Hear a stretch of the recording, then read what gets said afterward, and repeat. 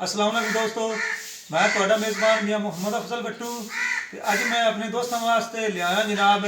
Food ਦੇ ਸ਼ੌਕੀਨਾਂ ਵਾਸਤੇ ਖਾਸ ਕਰਕੇ ਇੱਕ ਥੋੜੀ ਜੀ ਮੈਨੂੰ ਬੁਰੀ ਖਬਰ ਲੱਗੀ ਹੈ ਕਿ ਮੈਂ ਕभी ਉਹ ਵੀ ਆਪਣੇ ਦੋਸਤਾਂ ਨੂੰ ਦੱਸ ਲਵਾਂ। ਮੈਨੂੰ ਪੁੱਛ ਪਈ ਹੈ ਵੀ ਜਿਸ ਤਰੀਕੇ ਪਾਕਿਸਤਾਨ ਵਿੱਚ ਤੇਲ ਮਹਿੰਗਾ ਹੁੰਦਾ ਹੈ ਨਾ ਪਹਿਲੀ ਤਰੀਕ ਨੂੰ ਤੇ ਹਫਤਾ 10 ਦਿਨ ਪਹਿਲੇ ਇਤਲਾਹ ਦਿੱਤੀ ਜਾਂਦੀ ਹੈ ਵੀ 5 ਰੁਪਏ ਤੇਲ ਵਧੂ ਨੇ ਦੇ ਵਜ਼ੀਰ ਆਜ਼ਮ ਉਸ ਤੇ ਸਾਈਨ ਕਰੇਗਾ ਤੇ ਵੀ ਆਵਾਮ ਜਿਹੜੀ ਹੈ ਨਾ ਉਸ ਵਾਸਤੇ ਤਿਆਰ ਹੋ ਜਾਵੇ। ਇਸੇ तरह ही एक खबर उन्हें एक नोटिफिकेशन जारी किया फोर्ड कंपनी ने आ जो छोटे ट्रैक्टर ने 50 तकरीबन 1000 महंगे तो जो 58-80 है वड्डा वो तकरीबन लाख रुपया महंगा तो भी ये जो दोस्त है ना भी पहले भी तैयार हो जाओ इस वास्ते। तो मैं फोर्ड वालों समझाना चाहना भी जनाब कोई खुदा का खौफ तुसी करो। ये ट्रैक्टर तो पहले ही कोई नहीं कोई लेंदा पिया सी, अगर कोई शौकीन हजरात इस साइड पर उन्हें तवज्जो की है तो तुसी उन्होंने जनाब कोई रिलीफ होर दो बजाय से भी तुसी जनाब इन चुकी जा रहे और भाई अल्लाह के बंदे हो वो पहले जिन्हों कहने कोई फोट लाया या मैं तू पूछते मैं तू क्यों लिया भी असली तो रीसेल को नहीं हैगी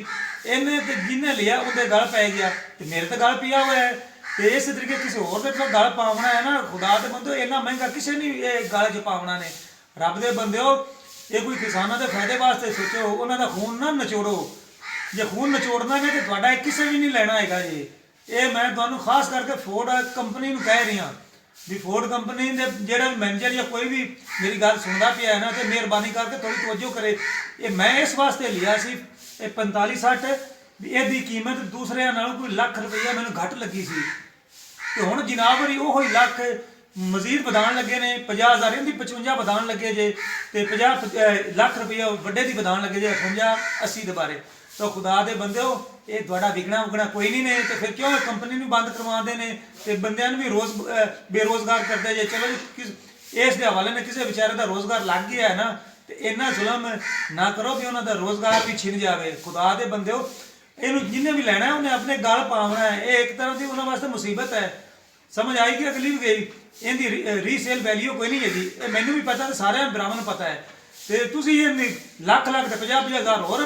नोटिफिकेशन जारी कर दिता है भी जनाब पहली तरीक नूं नवे साल में 2020 का तोहफा देने लगे जे और कोई खुदा का खौफ करो यार फोर्ड वाले खुदा का खौफ करो। तो हुण मैं आना भी अगर तुहाडे तक मेरी आवाज़ पहुँच गई है तो इस गौर जरूर करना जे अगर ना करोगे तो 2020 तुहानूं पता लग जाए जो किसी ने लेना ही नहीं तो सारे शोरूम जिते तुहाडे कोल 4 खड़े ने ना उत्थे ही खड़े रह जा सकते। तो हुण मैं सारे अपने भरावां की इजाजत चाहना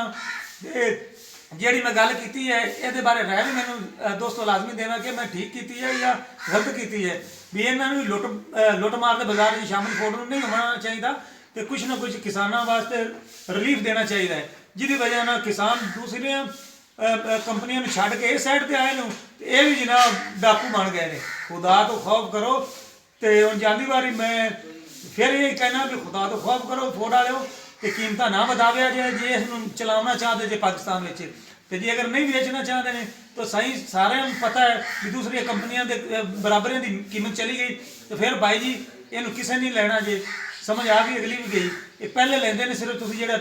50,000 या लाख रुपये की कीमत सस्ती की वजह लेंदे है सन तो इन्हें तुहानूं पता ये भी है भी इन्हें विकदा को नहीं है इन्हें विकना भी कोई नहीं तो तुसीं मजीद महंगा दिया तो किन्ने इनू खरीदना है। तो हुण मैं तुहाडे सारे भरावां दी इजाजत चाहना